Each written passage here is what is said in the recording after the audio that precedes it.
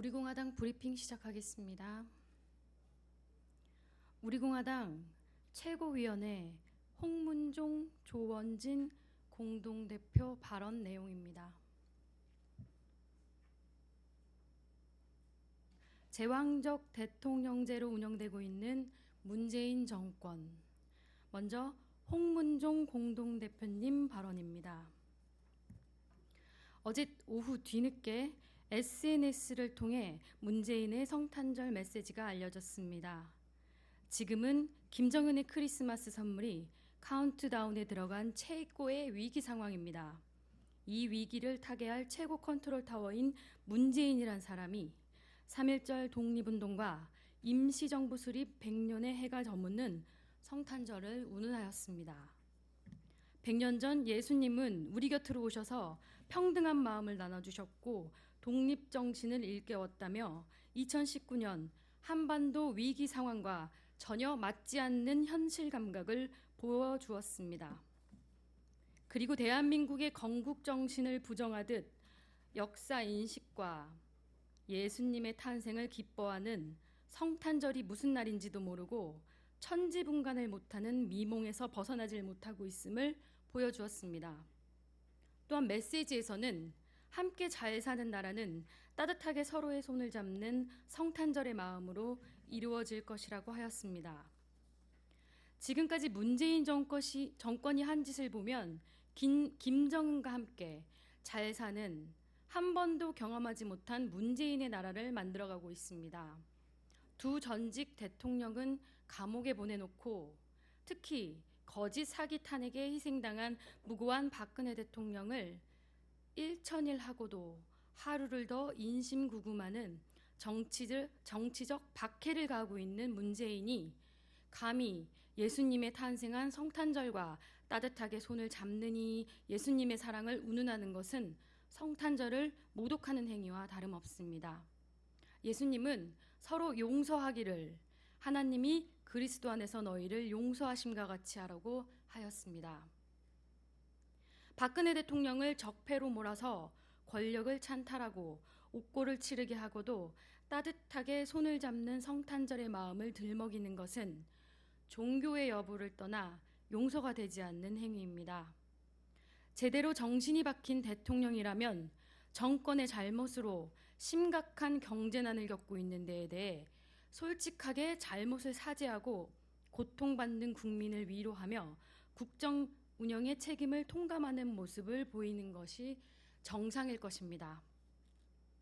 성탄절 늦은 오후에 왜곡되고 잘못된 역사관과 비현실적인 현실 감각을 성탄절 메시지라고 내놓는 대통령과 청와대 참모들에게 역사와 종교를 욕되게 하지 말 것을 강력하게 경고합니다. 작년 지방선거 과정에서 문재인 청와대의 기획 주도하에 이루어진 청와대 하명 수사, 울산시장 선거뿐만이 아니라 제주도 지사 선거에도 청와대가 개입했다는 의혹이 제기되고 있습니다. 국기문란 사건으로 확대되는 양상입니다. 청와대 하명 수사라는 것이 대통령과 호영호재하는 사람 시장 선거 당선을 위해 청와대에서 수사를 주도적으로 기획하고 이첩 형태로 수사를 지휘, 이후 수사 상황을 수시로 보고받고 제지시키는 피드백 과정을 거쳤음이 하나하나 밝혀지고 있습니다.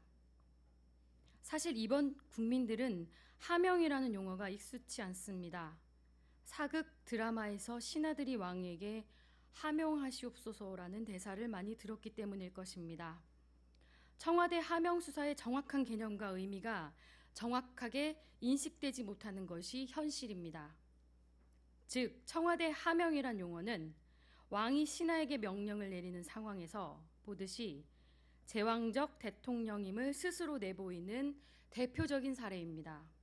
수사를 청와대에서 하명만 하면 공권력을 집행하는 검찰, 경찰은 당연히 수사를 실행해야 한다는 인식 자체가 잘못된 것입니다.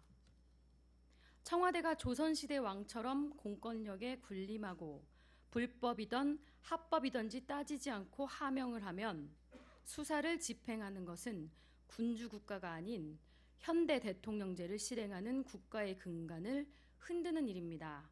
지금 문재인 정권은 과거 어떤 정부보다도 제왕적 대통령제를 운영하고 있는 것이 사실입니다.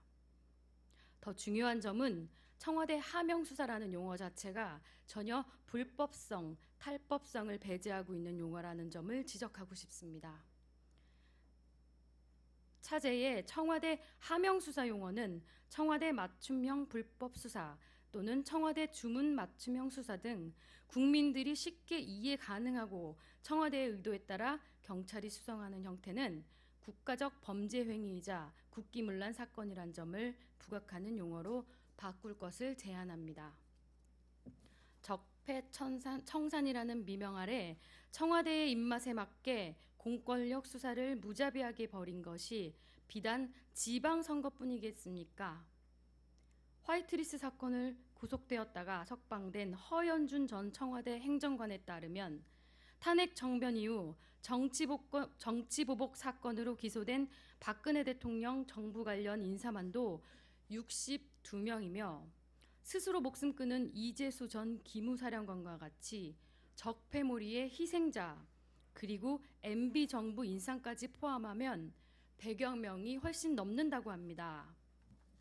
전 정부 청와대와 직접적으로 관련된 정치보복 사건뿐만이 아니라 홍문종을 비롯한 전 정부 친박 인사들이 직간접적으로 관련된 재판까지 포함되면 그 숫자는 더욱 부지기수로 늘어날 것입니다.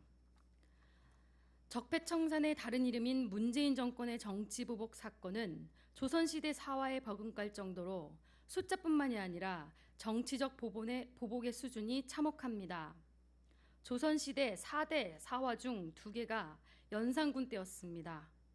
첫 번째인 무오사화는 조의제문을 가지고 살인파를 숙청하였고 바로 이은 갑자사화 때에는 패비 윤씨의 죽음을 명분으로 삼아 자신에게 방패되는 모든 세력을 정치적으로 숙청하였습니다.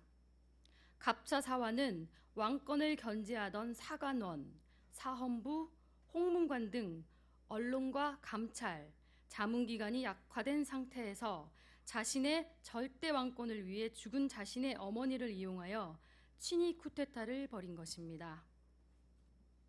무오사화 때 처벌받은 사람은 약 51명이었지만 갑자사화 때는 처벌받은 사람이 239명이었으며 그중 122명이 목숨을 잃거나 부관 참시를 당했습니다. 이를 통해 절대 왕권을 꿈꾸는 조선 왕조 500년 동안 가장 강한 왕권을 휘둘렀던 연산군도 불과 2년 정도 지나서 증종 반전에 쫓겨나게 됩니다. 역사를 통해 배우지 못하고 역사를 무서워하지 않는다면 그 나라에는 미래가 없습니다. 과거를 보면 정치적 보복 사건은 결코 성공하지 못합니다. 오히려 준엄한 역사의 심판을 받는다는 역사적 사실을 똑똑하게 기억하고 역사의 교훈으로 삼아야 할 것입니다. 다음은 조원진 공동대표님 발언이십니다. 문재인 좌파 독재 정권은 정치적 정적인 박근혜 대통령에 대해 가장 악질적이고 악랄한 정치 보복을 하고 있다. 오늘 26일이 박근혜 대통령께서 불법 인신감금, 옥중투쟁 1000일이 지난 1100일이 되는 날입니다. 광화문 촛불 쿠데타 광장을 태극기 광장으로 바꾸기 위해서 많은 우파 국민들이 문재인 좌파 독재 정권의 실상을 알리고 용기를 내서 국민 저항권을 발동해야 한다고 광화문 천막 당사를 시작한 지 231일째입니다. 또한 국회가 민의의 정당이 아니라 쓰레기들의 국회로 전락해버리고 권력의 부역자 역할을 하는 국회를 규탄하고 공수처법과 연동형 비례제라는 악법 중의 악법, 좌파 장기 집권 음모를 저지하기 위한 국회 투쟁이 32일째 되는 날이기도 합니다. 문재인 좌파 독재 정권은 정치적 정적인 박근혜 대통령에 대한 가장 악질적이고 악랄한 정치 보복을 하고 있습니다. 미국이나 우방국들은 문재인 좌파 독재 정권의 실상을 알고 동시에 박근혜 대통령의 무죄와 권력 찬탈 상황을 알기 시작하여 여러 가지 상황들이 전개되고 있습니다. 박근혜 대통령에 대한 형 집행 자체가 반인권적 상황으로 가고 있습니다. 그러한 여론들이 들끓고 있으며 자유한국당을 지지하는 70%는 탄핵이 잘못되었다고 생각한다고 여론조사로 밝혀졌습니다. 80%는 박근혜 대통령께서 무죄 석방되어야 한다고 생각합니다. 자유한국당을 지지하는 우파 국민들의 목소리입니다. 자유한국당에 대한 우파 국민의 민심이기도 합니다.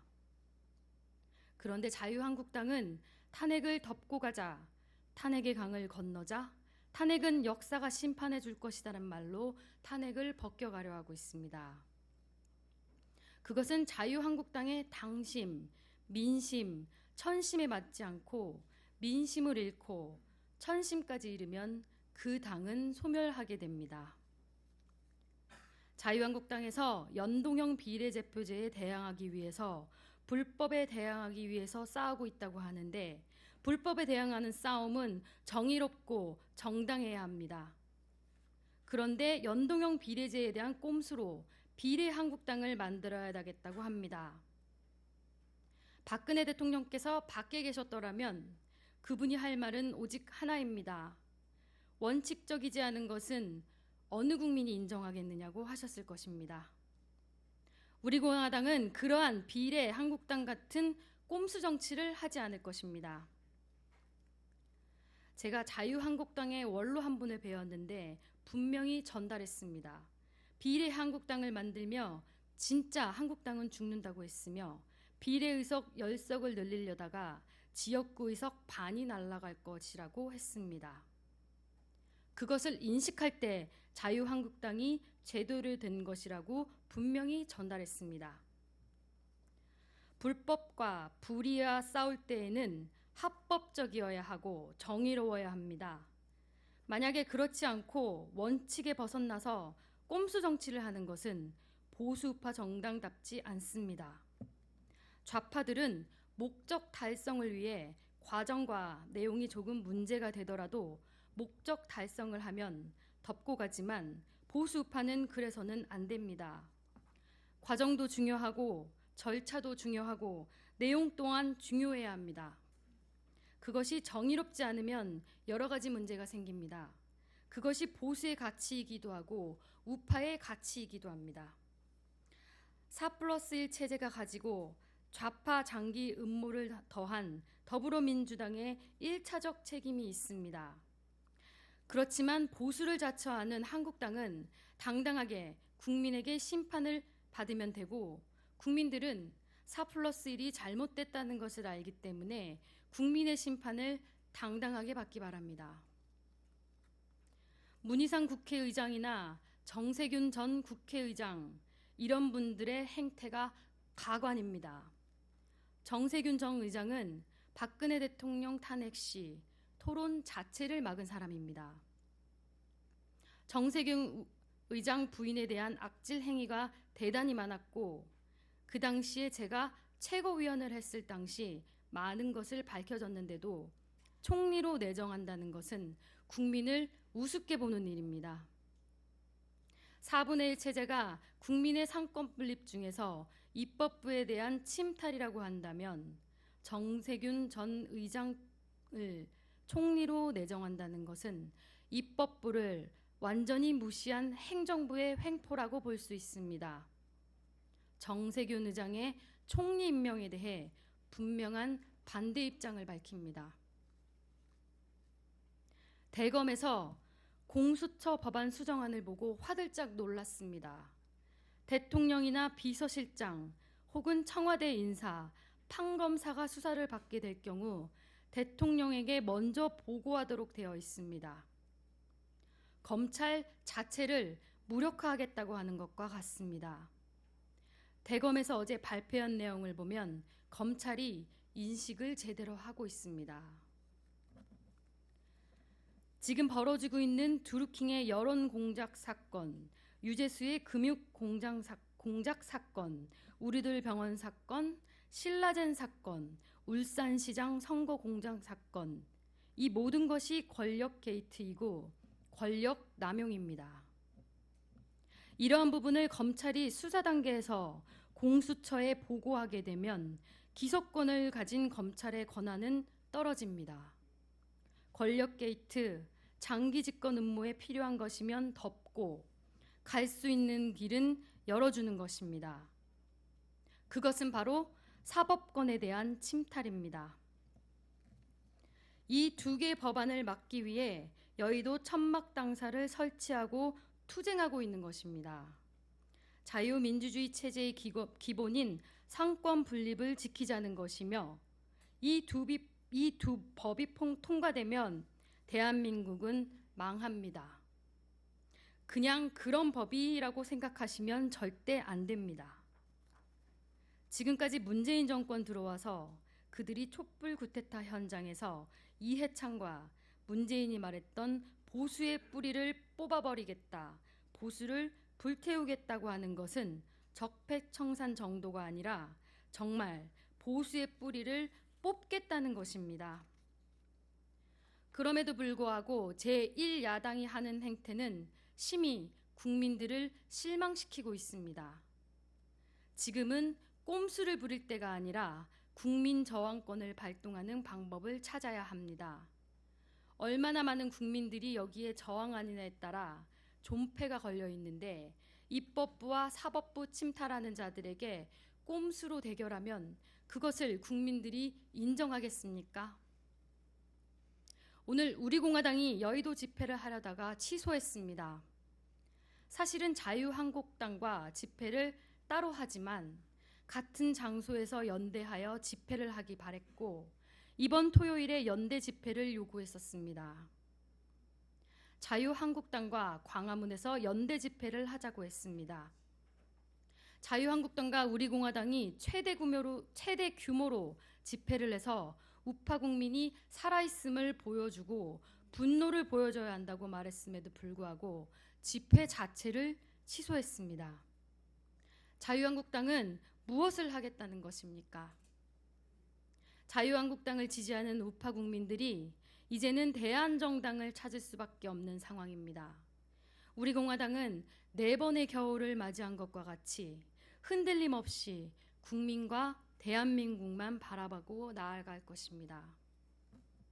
우파 국민들이나 해외 동포들, 우리공화당 동지분들께 말씀드리자면 이제 국민들이 꼼수 정치를 벌이고 대한 세력이 누가 될 것인지 판단하셔야 합니다. 밖에서 보수 통합을 말하며 친이계들이 모여서 공천 탈락자들을 모아서 장난치고 유승민이 하는 것도 다 의미가 없습니다. 국민들은 판단하고 있습니다. 우리공화당만이 자유한국당을 대신할 수 있는 대한정당이라고 생각합니다. 그러한 대한정당에 대한 준비도 하고 의원들도 좋은 인재들도 우리공화당에 모시고 대한정당의 면모를 갖춰가는 것이 중요합니다. 당의 지도부는 최선을 다할 것입니다. 2019년 12월 26일 우리공화당 대변인실.